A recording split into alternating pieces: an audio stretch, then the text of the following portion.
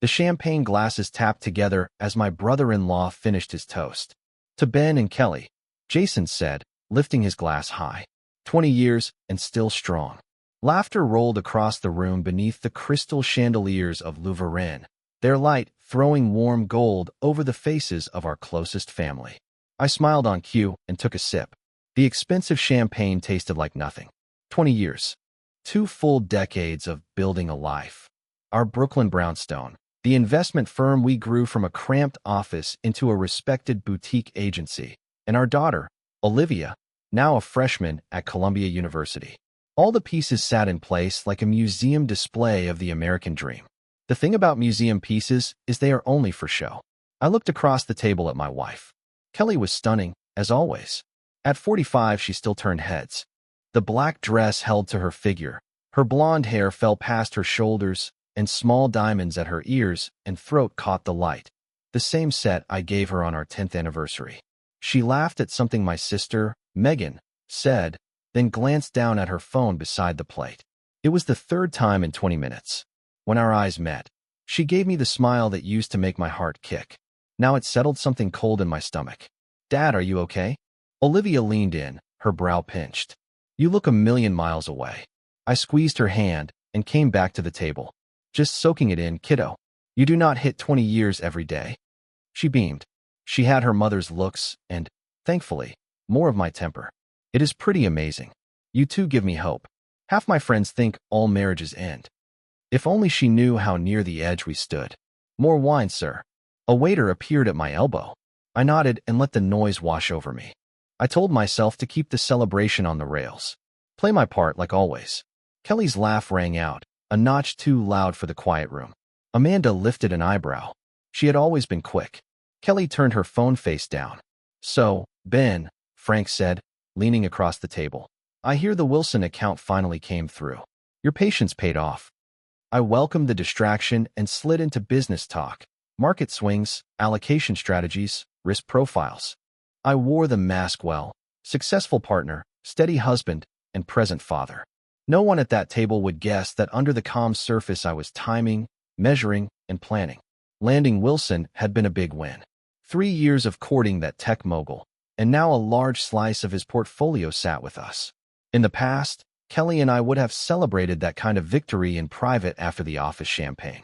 This time she only nodded when I told her. Her mind was somewhere else. Excuse me, Kelly said, grabbing her purse and phone. Ladies' room. Amanda, want to come? Amanda went with her. I watched them disappear and noticed how Kelly's head dipped to her phone the moment they turned the corner. She is planning something special for you, son, Linda said with a conspiratorial wink. She has been very secretive. I gave a tight smile. Kelly is full of surprises. She had no idea how true that was. There were the hotel receipts from days she claimed she had yoga. There were the weekend conferences that did not appear on any industry calendar. 2 weeks ago, I found the burner phone tucked in the pocket of her gym bag. Dad, can I taste the champagne? Olivia whispered. Just a small sip, I said, sliding my glass over. Do not tell your mother. She tried it and made a face. People like this?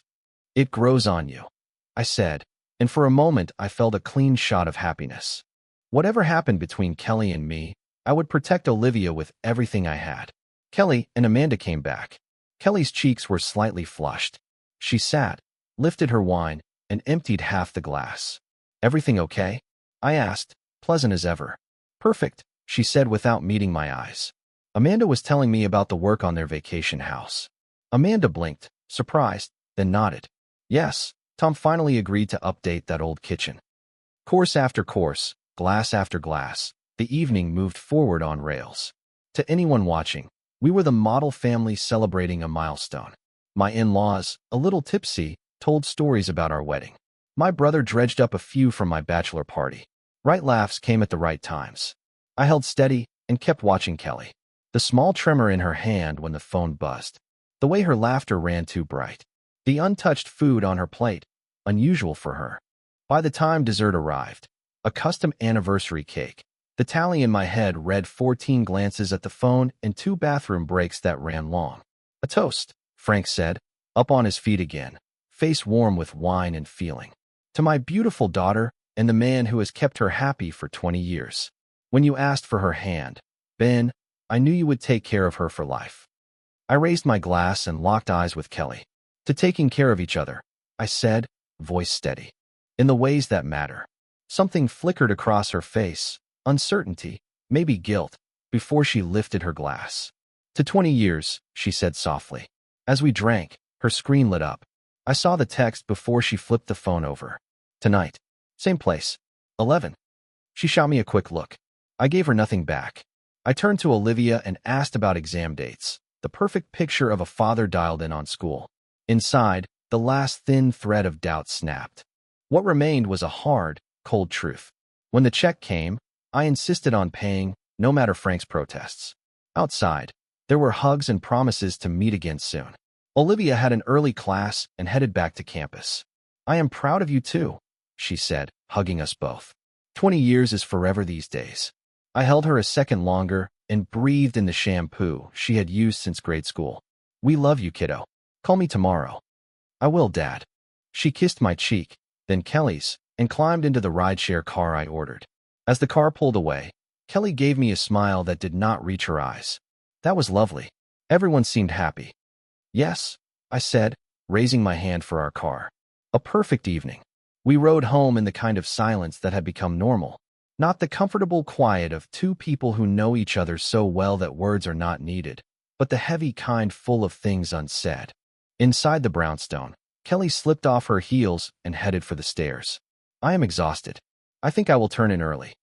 It is only 9:30, I said, loosening my tie. It has been a long day. A lot of people. Of course, I said.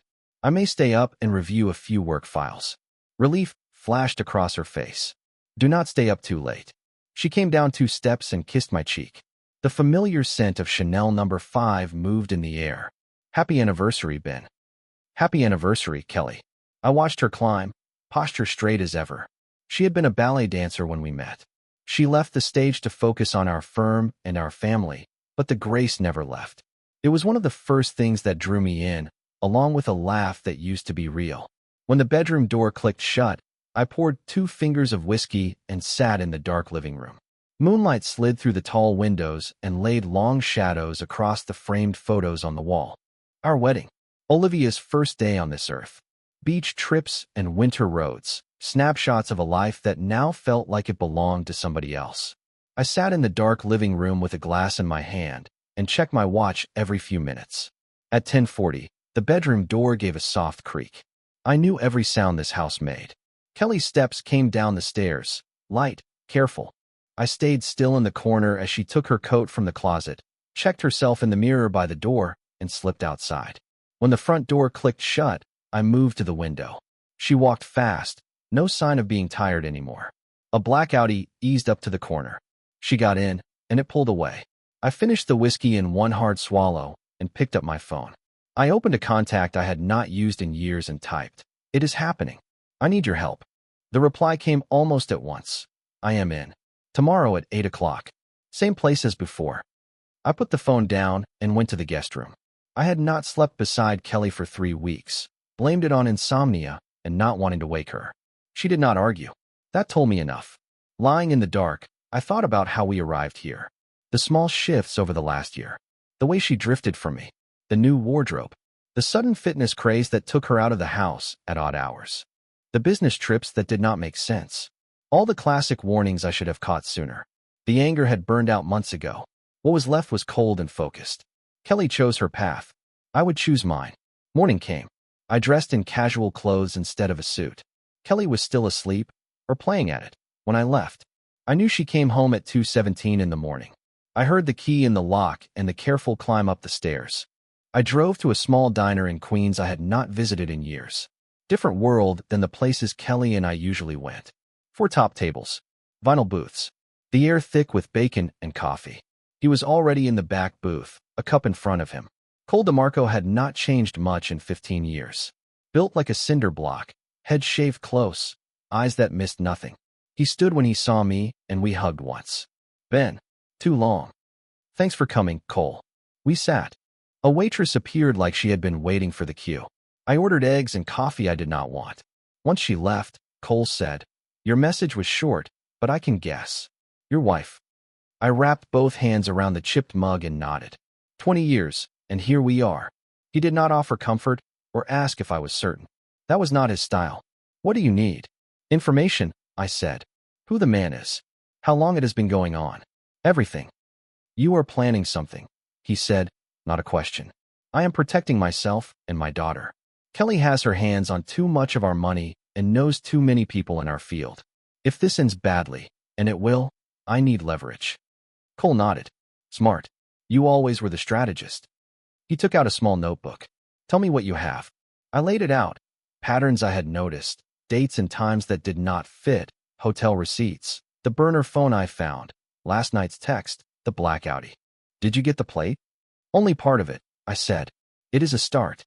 It is enough, he said. This is my lane now. Private investigations. Mostly corporate, same principles. He wrote for a minute. Timeline. As long as it takes to get proof, I said.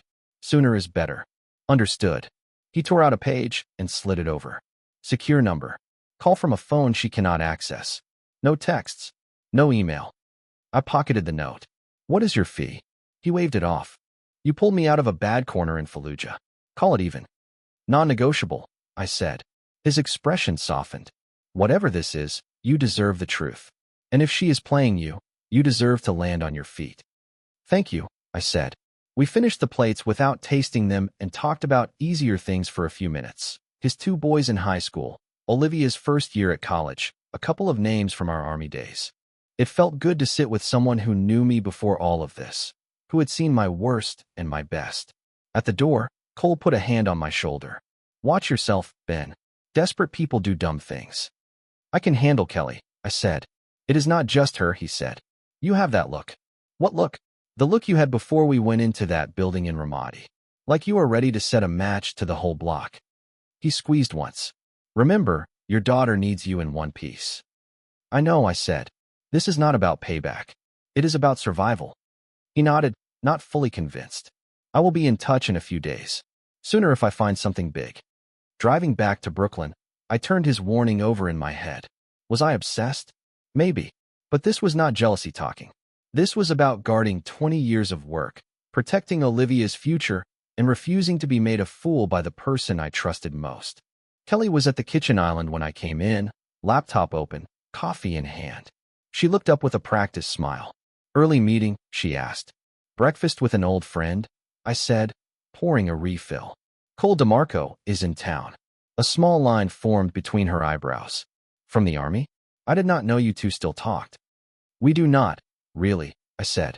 He reached out last week. After the anniversary dinner, today felt like a good time to catch up. She nodded and went back to the screen, apparently satisfied. I was thinking we should plan a trip. Maybe a late anniversary getaway, Kelly said, turning her laptop toward me. A glossy site showed white sand, teal water, and overwater bungalows. Bali, or maybe the Maldives.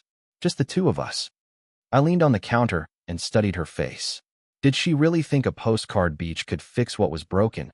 Or did she just want me far from distractions so she could keep her story straight? It looks nice, I said, keeping my tone neutral. Let me check my calendar for the next few months. Great, she said, hitting her mark like a pro. 2 weeks. We deserve it after 20 years. We certainly deserve what is coming to us, I said. The double meaning slid past her. I need to pop into the office, I added. Wilson paperwork to finalize. She frowned a little. On a Saturday? The market does not care about weekends. I will be back for dinner. I did not go to the office. I headed across the river to a plain strip mall in New Jersey and walked into a small electronics shop. The owner, an old client who knew how to solve problems that lived in legal gray areas, looked up. This is serious, kid, he said after I told him what I wanted. Compact cameras with motion triggers, audio recorders, monitoring software for our home network. Everything okay, Mr. Harper? Upgrading home security, I said smoothly. You cannot be too careful. He did not buy it, but he did not push. These will upload to a secure cloud, he said. Only the password holder can see it. They are tiny.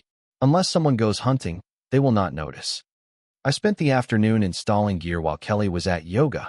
A camera for the living room, one for the hallway, one in the home office. Audio devices where they would catch whispers.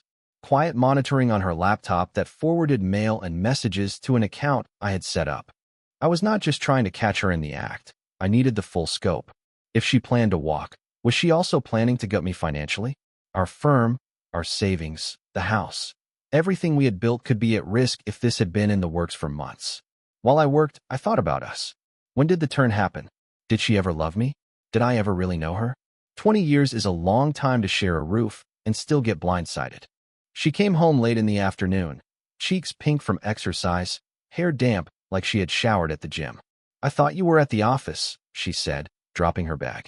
"Finished early," I said, sitting with a financial journal, the picture of a calm husband. "How was yoga?" "Good. Intense." She ran a hand through her hair.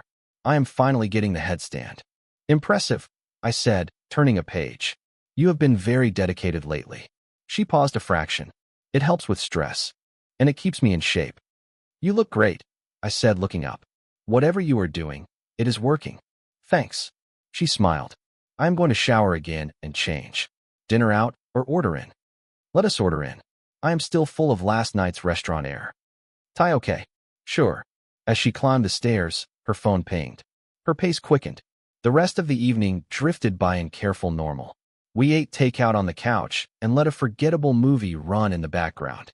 We traded small talk about Olivia, the office, the weather, two actors reciting lines they could say in their sleep. She took her phone to the bathroom, another tell. When she came back, she sat closer, even rested her head on my shoulder for a minute. Guilt or cover, I did not know. I did not move away. I would play my part cleanly until I had everything I needed. Days turned into weeks. Cole checked in regularly.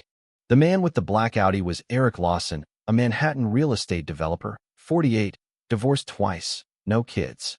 Hotel records and credit card pulls, do not ask how, showed meetings with Kelly for at least 6 months. The mics and cameras at home caught her on the phone with him more than once, always when she thought I was out or asleep. I watched the clips like a lab tech, detached, curious. The woman whispering to another man inside the house we built looked like a stranger. Then, on a Tuesday in late October, I learned how far Kelly was willing to go. I was working from home, which I rarely did. She had a client meeting and was not expected back until evening. Around mid-afternoon, the front door opened. I checked the feed on my phone and saw her step inside, eyes scanning like she was not supposed to be there. I stayed in the home office, door closed, silent. Through the camera, I watched her go to our bedroom, then into the en-suite bathroom. She opened the medicine cabinet and, from her purse, took out a small prescription bottle. A few pills slid into her palm. Then she reached for my sleep tablets on the shelf, the ones I used only when insomnia got bad. With slow, careful hands, she swapped several of my tablets for the pills from her bottle and set everything back the way it had been. The purse went away. The bathroom door closed. A cold shock moved through me. This was past infidelity. This was something darker. I waited until she left, then went to the bathroom and checked the bottles. The replacements looked close to my sleep aids, but not exact. I removed the suspect pills and sealed them in a small evidence bag Cole had given me. That evening I drove the pills to a pharmacist friend who owed me a favor. He examined them and called an hour later. "Ben, these are prescription-strength benzodiazepines," he said, voice tight. "A lot stronger than anything you would buy over the counter." "Where did you get them?" "I am checking something for a client." I lied. "What happens if someone takes these without knowing?" "They would be heavily sedated, possibly out for hours. They should absolutely not drive or do anything that needs attention. With alcohol, it could be dangerous." He paused. "Ben, if someone is giving these to people without their knowledge, that is a serious crime." "I understand. Thank you." I hung up.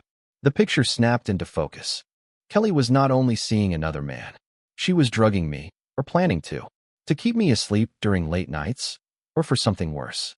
The next day I met Cole and set the bag on the table. He studied the pills and let out a low breath. "Jesus, this is not just an affair, Ben. This is premeditated harm." "I know," I said. My voice was even, though my chest felt like a storm. "We are moving faster. I want everything you have, and I want to act before she tries anything else." "I will have the full report tomorrow," he said. He lifted the bag. "With this, you could go to the police." "No police," I said. "No public circus. I will not have Olivia watch her mother taken away in handcuffs, no matter what Kelly has done. I have another plan. Your call, he said. But be careful. She is not who you thought she was. That night, I pretended to take a sleep tablet. I palmed it and tossed it later. I lay in the guest room and kept my breathing slow and steady. Around midnight, the door opened a crack. Kelly watched me for a few seconds. I stayed still. The door eased shut. The front door clicked a minute later. I went to the window and saw her walk to the corner where the black Audi waited. She bent to the driver's window and spoke to Eric. Then she pointed back toward our house. Both of them looked up. A chill went through me. Were they talking about me? Planning something together?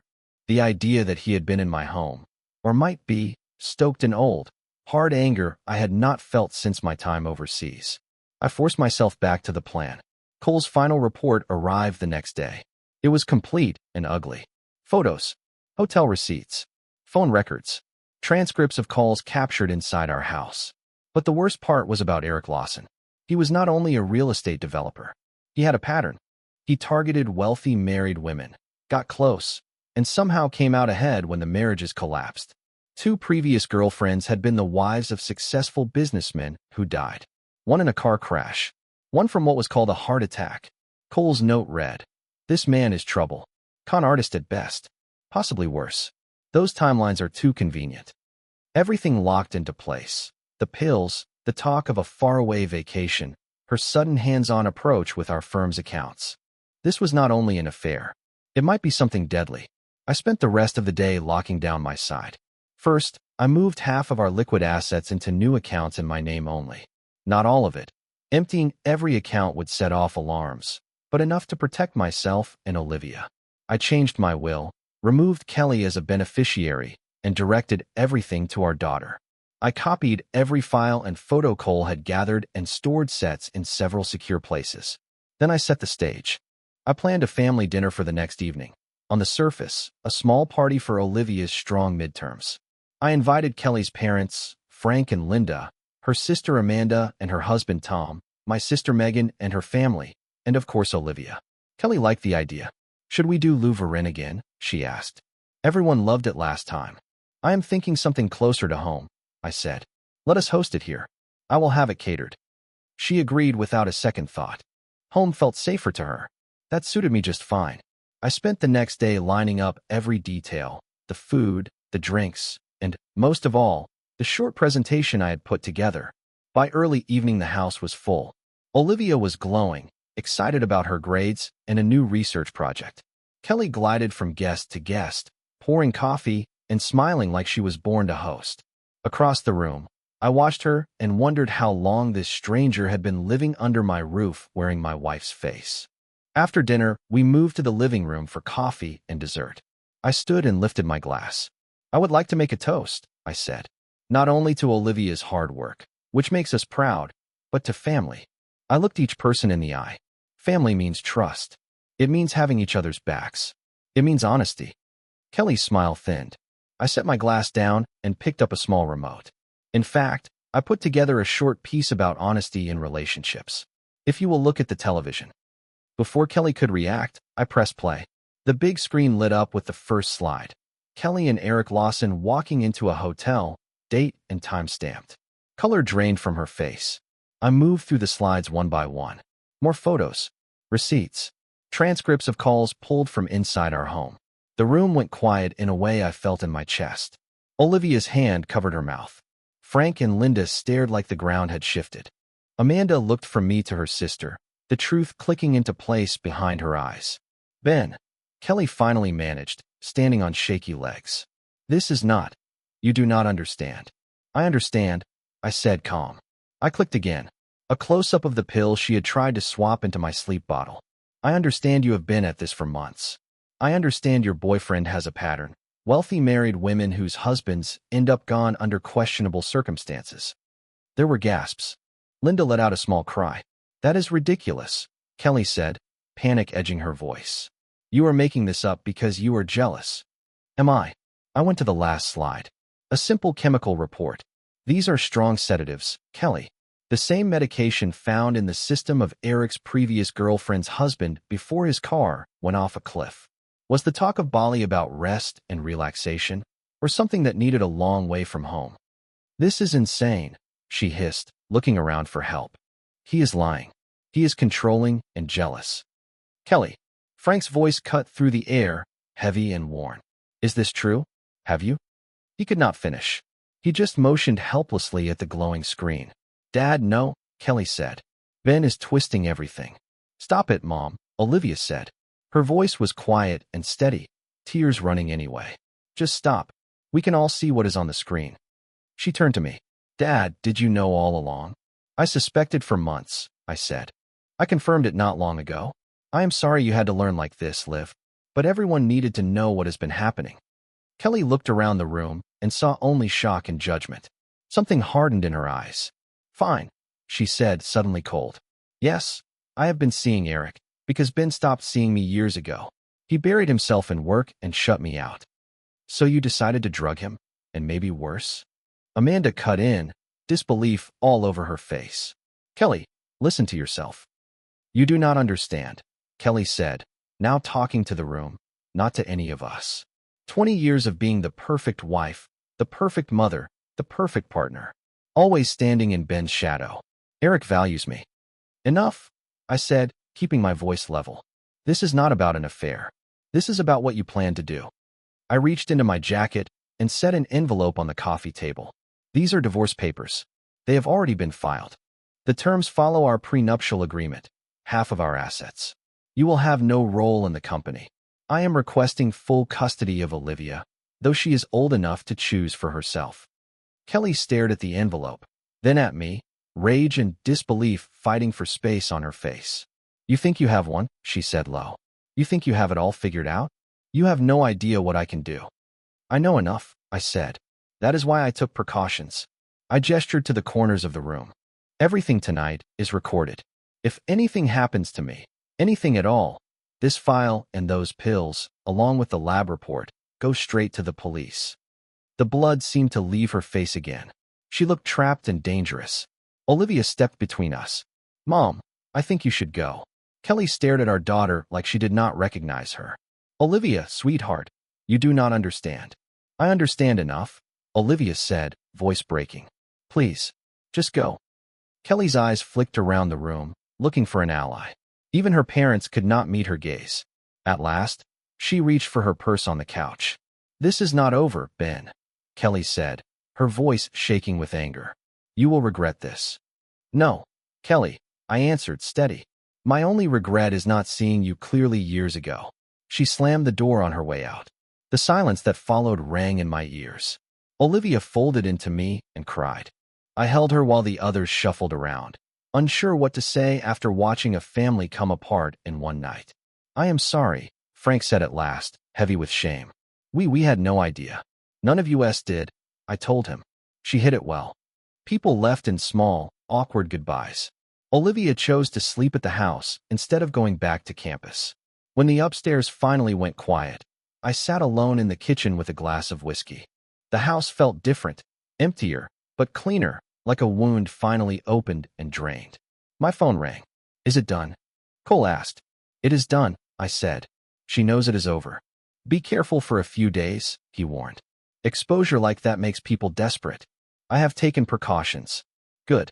And Ben, he paused. I know this hurts, but you did what you had to do. After we hung up, I sat in the stillness and felt 20 years shift.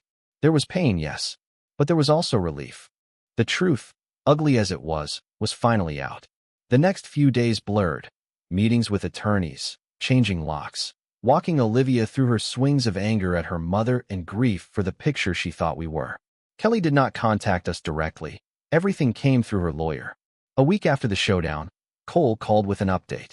Eric Lawson skipped town, he said. Cleaned out his accounts and headed west. Word says California. He abandoned her, I said, the satisfaction bitter but real. Of course, the plan failed, and she is no use to him. There is more, Cole added. Kelly tried to get into your joint accounts yesterday. All of them. She found most of those locked down, I said. Did she try the offshore accounts too? Yes. She is running out of options, Ben. That evening, while I was in the home office, my phone lit up with Kelly's name. I hesitated, then answered. Hello, Kelly. You ruined everything, she said without greeting. Her words were thick, She had been drinking. Are you happy now? This is not about happiness, I said. It is about consequences. Consequences? She gave a short, bitter laugh. You have no idea what that means. You took everything. My home, my family, my money. Our home, our family, our money, I corrected. And you were ready to take all of it from me. Maybe even my life. The difference is, I did this within the law. Eric is gone, she whispered after a beat. He left. He will not answer my calls. I am not surprised. Men like that do not stay when the ground gets rough. I loved him, she said. I really did. Did you ever love me, Kelly? Or was I just a means to an end? Silence stretched so long I thought the line had died. Finally, I did. Once. A long time ago. What changed? Another long pause. You became predictable. Safe. I needed more. So you went looking for more with a man who might have been planning to kill me. I did not know about those other women, she said weakly. I did not know what he wanted. But you knew about the pills, I said. You knew what you were doing there. She did not deny it. I just wanted you out of the way so I could think. Plan my exit. With half my assets and company shares, I finished. It would have been cleaner than this, she snapped, a hard edge returning. Now look at us. You won, Ben. You have everything, and I have nothing. Not nothing. You will receive exactly what the law provides. No more. No less. Quiet again, then. You think you are so much better than me. So moral. So righteous. Her voice dropped to a hiss. But you are empty inside, Ben. You always have been. Without me, you are nothing. Goodbye, Kelly, I said, keeping my tone even. Do not call again unless it is through your attorney. I ended the call. Her last words echoed a moment, then faded. I looked around the office at the pieces of the life we had built and broken. Was she right? Was there nothing left in me? No. I had Olivia. I had my name and the truth. That was enough to build with. 3 months passed. The divorce crawled forward, slower than I wanted, but steady. Olivia went back to her routine at school after the initial shock, though she still would not speak to her mother. Kelly moved into a small Manhattan apartment, living on the advance her attorney negotiated against the final division. I threw myself into the work and into the quiet order of a single life. The firm kept growing. My days found a rhythm, not exactly happy, but solid. On a crisp Saturday morning, Olivia came by to visit. Olivia had been finding her feet again. She moved through the aftermath with a kind of quiet strength I admired. We decided to spend the Saturday together, just the two of us. Let us look at old photos, she said after a late breakfast. I need a few for a project about family stories. I pulled several albums from the shelf, and we sat shoulder to shoulder on the couch, turning pages. Olivia as a toddler on the beach. Christmas mornings. Me and Kelly in the early days. Young, and, at least on the surface, in love. You both look happy here, Olivia said, pointing at a picture from a ski trip when she was about 8. We were, I said. At least I was. Do you ever wonder if Mom was always like that, she asked, or if something changed her? I thought about it before answering. I think people do not flip into someone new. They reveal different parts of themselves over time. Olivia nodded. I keep trying to understand it. Not to excuse it, just to make sense of it. That is more grace than she earned, I said, without anger. But it says a lot about your heart. We kept going through the albums. We found things to laugh about. We told old stories. It felt good to remember that our home once held real joy, even if it did not last. I opened my laptop to check email while Olivia stayed with the photos. A news alert slid onto the screen, local New York. At the same time, Olivia gasped. The headline read, Woman jumps from Hudson River Bridge, body recovered. I read fast. A woman in her mid-40s had been seen the previous evening, standing alone for a long time. A witness said she held a wine glass, raised it once or twice as if in a toast, then climbed the railing and jumped. Police recovered the body downstream early that morning. No name released, but the description fit Kelly, blonde, expensive black dress. Dad, do you think? Olivia's voice shook. Let us not assume, I said, closing the laptop softly. It could be anyone. We both knew the details were too precise to be random. The phone rang. It was Amanda. Ben, she said, thick with tears. The police called my parents. It is Kelly. She jumped last night. Even half expecting it, hearing it out loud hit hard. Not because I still loved her, but because she was Olivia's mother and had once been my wife. I am sorry, Amanda. Olivia is with me. We just saw the news. They need someone to identify her, Amanda said. Dad cannot do it. Could you? I will go, I said. Stay with your parents. I will handle it. I turned to Olivia. She sat very still, color gone from her face. Was that about Mom? She asked, already knowing. Yes, I said. I have to go to the station to confirm. I want to come, she said. You do not have to live. This is not.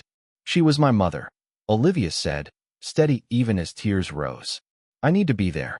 I wanted to shield her from one more hurt, but I recognized the look in her eyes. I had worn it when I decided to face what Kelly had done. I nodded, and we left together. The process at the station was brief and awful. Olivia insisted on going into the room with me. The detective was kind. He said they found personal effects at the scene, a purse with her identification and, most telling, a crystal wine glass that matched the anniversary set from Le Varin. She took it that night, Olivia whispered. I remember her slipping something into her purse when she thought no one was watching. The body was covered, only the face visible. Kelly looked peaceful in a way I had not seen in years. I confirmed her identity. Olivia stood straight beside me and squeezed my hand until my fingers ached. In the car afterward, she broke. I was so angry. The last thing I said was for her to go. This is not your fault, I said, pulling over so I could hold her. Your mother made every choice, from the affair to the pills to this final step. None of that belongs to you. If I had talked to her, maybe. Listen to me, I said. What she did was hers alone. It was a selfish act that hands pain to the people left behind. You could not have stopped it. We stayed there for a long time. My daughter cried in my arms while I tried to put words around something that had no sense to it. That night, after Olivia fell asleep in her old room, I sat in the quiet living room.